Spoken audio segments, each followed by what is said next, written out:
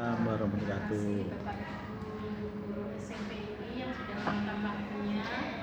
Kami dari tim Puskesmas Halmahera di sini ada saya dengan Bu Mei, di sini dengan Dokter Tika, Mbak Tati, dan ini koas yang ada di Halmahera.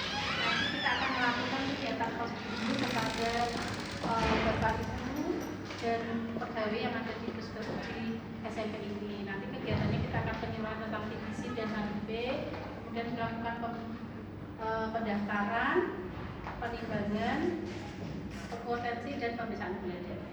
Nanti kalau ada konsultasi bisa juga nanti konsultasi dengan dokter. Baik, kami langsung mulai aja dengan penyuluhan TBC. Sudah pernah dengan TBC ya? Nah, kenapa sering kok jangan bosan-bosan ya Bu? Karena memang TBC itu adalah penyakit yang resiko penularannya tinggi. Jadi intinya kita mengingatkan TBC itu adalah penyakit paru yang menular disebabkan oleh bakteri Mycobacterium tuberculosis ya. Itu penularannya secara droplet. Nah, droplet itu saat bicara, saat bersin, saat batuk pada penderita yang positif TBC. Nah, itu bisa menularkan ke sekitarnya. Nah, risiko di sekolah itu kan juga tinggi. Mungkin kita nggak tahu siapa ada yang sakit TBC anak atau apa, dia tidak pakai masker, kan risiko penularannya tinggi. Makanya di sini kita titip pesan nanti kalau ada yang sakit TBC atau enggak, nanti ada yang gejalanya menyerupai TBC. Gejala TBC itu baru terlihat 2 minggu atau lebih, keluar keringat minimal 6 hari tanpa aktivitas, ada nyeri dada, bisa disertai batuk berdarah, ada penurunan berat badan ya. Itu ciri-ciri atau gejala TBC pada umumnya. Maka kalau ada anak ataupun siapa di sekitar kita ada gejala yang menyerupai, langsung disarankan aja untuk periksa ke puskesmas. Nah, diagnosa TBC itu ditentukan dengan pemeriksaan dahak. Nah, itu nanti dikeluarkan untuk dilakukan pemeriksaan TCM atau tes cepat molekuler untuk mengetahui apakah dahak tersebut mengandung kuman TBC. Nah, jika dahak itu mengandung kuman TBC berarti seseorang itu dikatakan sakit TBC. TBC itu bisa sembuh ya Bu, asal pengobatannya secara rutin dan teratur. Obatnya minimal itu cukup lama, 6 bulan ya, dan TBC itu jenisnya juga macam-macam, ada yang sensitif obat, ada yang resisten. Terus yang resisten obat itu biasanya lebih lama, minimal 9 bulan sampai 2 tahun. Makanya sedini mungkin jika penuhi gejala yang seperti saya sebutkan tadi, sarankan untuk cepat cek. Jadi penemuan sedini mungkin, jenisnya TBC juga lebih ringan, pengobatannya juga lebih mudah. Oke. Terus pencegahannya biasanya usahakan jendela-jendela itu bisa dibuka supaya sinar matahari masuk. Terus kalau yang merasa batuk, baik flu ataupun batuk sudah nggak sembuh-sembuh, gunakan masker. Terapkan etika batuk, pola hidup sehat, selalu cuci tangan, makanan bergizi ya, sayur, telur, buah. Nah itu pengobatannya selama 6 bulan itu nanti akan dievaluasi pemeriksaan darah selama 2 bulan pertama, 5 bulan, dan 1 minggu sebelum selesai.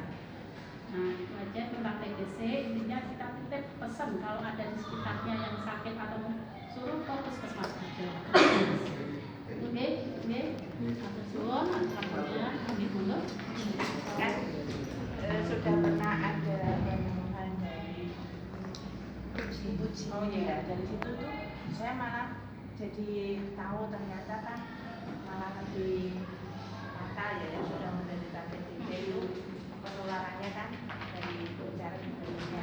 Di tempat saya itu ada satu RT dan aku yang menderita seperti itu. Tiwas kalau arisan itu dulu tidak masker.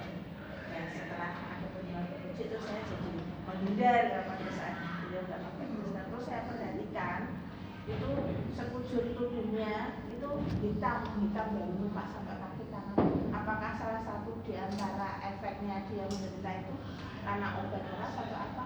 Kalau kita ini efek samping tidak ada hitam seperti kalau mungkin kan kita nggak tahu ya dia TBC-nya apakah ada komplikasi, kita kan nggak tahu pasien itu. Intinya kalau ada TBC itu jangan dikucilkan, ya, tapi tetap diberi dukungan ya, karena banyak pasien itu yang merasa masih stigma. Makanya kalau stigma kan malah kita sebenarnya yang susah sendiri ya. Kalau misalnya udah ketahuan TBC, ya diedukasi tetap pakai masker. Insya Allah kalau TBC diobati secara betul dan teratur, kuman-kuman itu sudah bisa mati minimal 3 minggu. Kalau saat betul-betul itu saja perlu cara. Intinya memang pencegahannya seperti tadi itu dari lingkungan selalu sinar matahari itu misalnya bisa masuk ke melalui jendela, terus keluar hidup sehat yang berisi, terus kalau udah jalan sembarang tempat kalau pakai masker.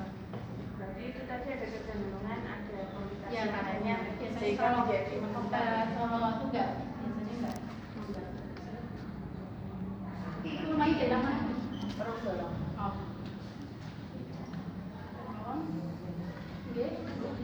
Apakah kalau kena TBC itu identik dengan badannya yang kurus apa umur seperti saya dulu bisa kena TBC gitu? Kalau secara teori memang ada itu ya. Apakah cenderung Secara teori memang kuku kering ngurung ya karena adanya penurunan mata, apa selera mata, terus selera mata jadi badan. Tapi secara pengalaman bisa juga karena apalagi kan karena biasanya yang terakhir kan kontak gitu.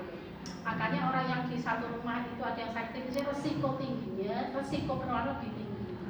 Nah kembali lagi ke daya tahan karena memang dengan tahan yang bagus TBC itu bisa juga ditangani gitu. Ya, tapi karena kontak terus kan bisa suatu saat kena. Ya, tapi kalau ada sekitar yang sakit ya harus daya tahannya bagus, tapi tetap dengan memperhatikan pencegahan tadi, pakai masker, pola hidup sehat. Tidak jaminan. Tapi intinya kan tidak semua orang yang batuk berdarah itu TBC. Karena tergantung yang proses tadi yaitu tes darah sama mungkin bisa ronsen. Kalau memang ada darah negatif, kita cari ke ronsen. Kalau ronsen kan kadang ada darah negatif, ronsen bisa juga positif dan memang harus dihati.